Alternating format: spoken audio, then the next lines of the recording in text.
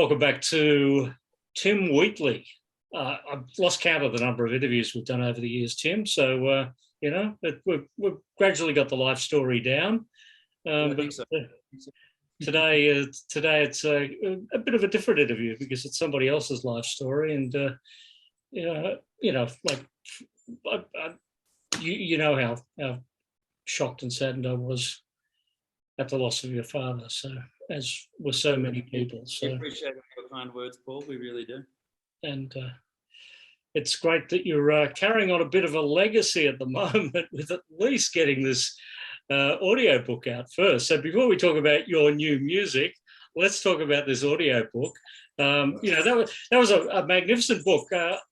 Now, I wasn't aware if Glenn ever did a part 2 to the book. Yep. Well, he actually did.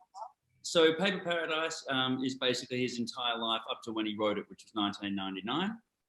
And then following a little stint away, he got writing again on the last 20 years of his life, which I will actually argue are probably just as, if not more, eventful. Oh, wow. So yeah, there is a second book, and we are just completing that and putting the final touches on that, and hope to deliver that to the world imminently. But first things first, which is Paper Paradise. For starters, how do you go about doing an audio version of a book? Do you literally have to start at page 1 and read the entire thing? Look, it was when he told me. So in his last couple of months, my old man was listening to Springsteen's audio book, and then he went straight into Keith Richards' audio book, which I think Johnny Depp did. I'm not sure. And then he did Matthew McConaughey's, and Dad, just being Dad, not knowing or with any foresight, was just loved it and wanted to do it himself.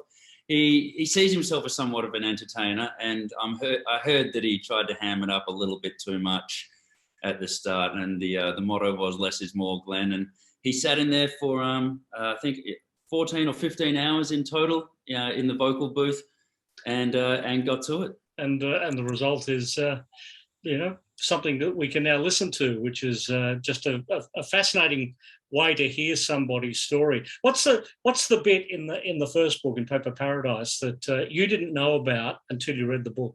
Oh, you know what? The bit that fascinated me the most about it is the mediation within LRB and his role with Little River Band. To me, that's the bit that fascinated me, because he was a mediator. He was the middleman. He was the keeper of the peace. And those 5 gentlemen and the ever-revolving door of lead singers and musicians sounded like an absolute nightmare to me. And then to have to pick it up and go back to work with one of the people that he had to sit down and fire was just basically phenomenal. I don't know how anyone had the mettle to do something like that. Yeah, I could never understand how he managed to juggle so many careers, because there was the radio career. He himself was in a band, Masters Apprentices, back in the 60s.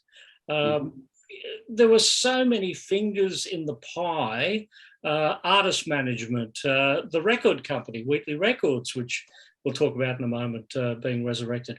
All of these things seem to happen all at the same time, but he managed to make it look like it was with ease. It's seemingly impossible. And even as the little list of things that he's left for us, every journal he started, and he's kept a journal since 1966, I believe it was, all handwritten. And basically this book was started being transcribed by his old secretary, Jackie, in I think 1993, I think is when he started doing it. And once again, doing that book whilst working in a million different things. He covered publishing, record labels, he covered artist management, and there weren't too many people that sort of covered such a broad spectrum of the industry. And always, like you said, seemingly by himself. I mean, he didn't really have business partners. I mean, you could consider the artist partners, like John, for instance, but really it was just a one-man show. And considering how busy this man was, he would always pick up the phone. Yeah. There were some funny reports recently after his passing where people actually reached out to say he was the only man that contacted me when he was sorry that there was nothing he could say. And And most people, you just don't call back, do you? But no, he would insist on getting back to them just to say, "There's nothing I can say." Yeah. The Wheatley Records record label, I was surprised that it didn't go on longer than what it did. But, back in its heyday, Moving Pictures, Broderick Smith's Big Combo, Real Life. Edwards was on there. Yep, and of course Whispering Jack. It was booming. It was doing really well. And I guess a lot of those artists sort of ventured off to America. John off to BMG, and that's sort of part and parcel. I guess what he used Wheatley Records for, when you read the book and go through it, it's more, it was a vessel for all the artists that couldn't get picked up anywhere else. It wasn't necessarily his end game, I don't think. It was just the only way he knew to get them into the industry was to do it and put the money behind himself. There was Real Life, Send Me an Angel. Yeah. And one of the ones he was really proud of, and we had this conversation at some stage last year when Mark Gillespie passed away, and I rang Glenn and we were talking about it. That was probably a labour of love for him, I would imagine. Well, I don't imagine. That's what he said. He just absolutely loved doing something like that. That it was just a shame it didn't get to more ears over the years.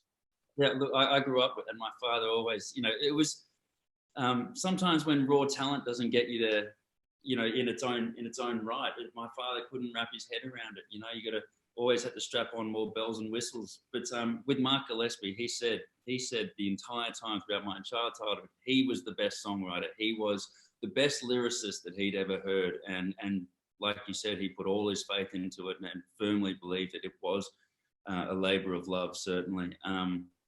And it was only about a year ago that he passed me an entire folder of Mark Gillespie's lyrics. And, there's just some things that just don't take, and they're tragedies. And, I guess he was a bit of a tragic himself, a bit of a romantic. What's the status with Wheatley Records? Because the plan was to resurrect it. So what's going on?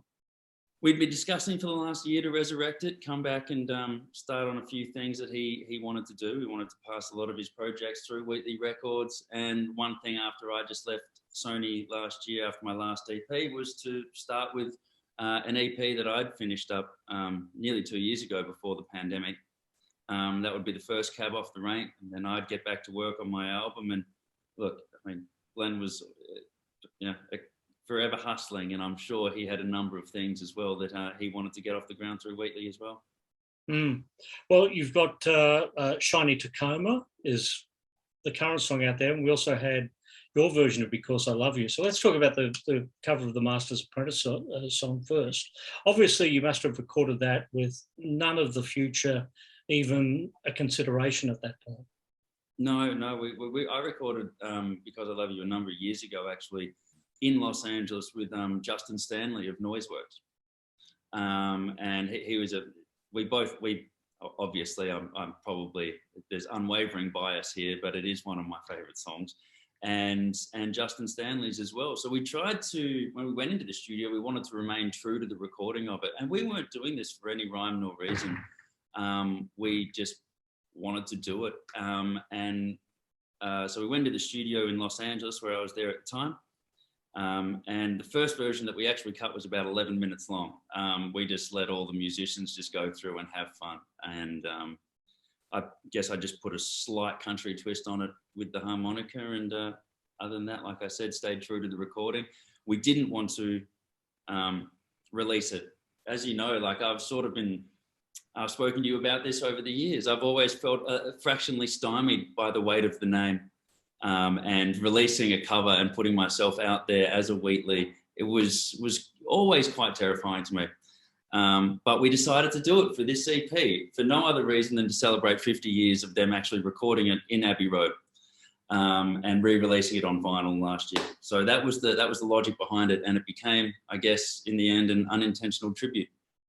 Well, it was a double tribute because it was also a tribute at the farewell for Jim Keys. Yes, it was. Yeah, of course. Yeah, I did play that for him then. And Keezy. Yeah, it's a shame. They, Carr and his wife enjoyed the version. I enjoyed doing it. And that's pretty much where it stemmed from, and where we went to the studio shortly after to do it. Where are you at with new music then? All of a sudden, since the passing of my father, any lyric I've ever written in the past seems silly to me. So I'm going back into the studio, and this EP that I'm releasing now, Shine Into Coma, is in no way a tribute to him. It was done before him. I'd like to get that down before you listen to some of the ridiculousness lyrics that come through. I'm going into the studio as of Tuesday next week to start working on all the demos and all the records that I've been sending Dad over the last couple of years, and turning this album into something that he'd be proud of. Well, Tim, good to catch up. Once again, I'm so sorry for your loss. Thank you, mate. Thank you. But there is a future. Keep the name going. No, we will. Plus, besides Paul, he's left us a portfolio of what we now call the Great Unfinished. I'll be working in his name for some time, I think.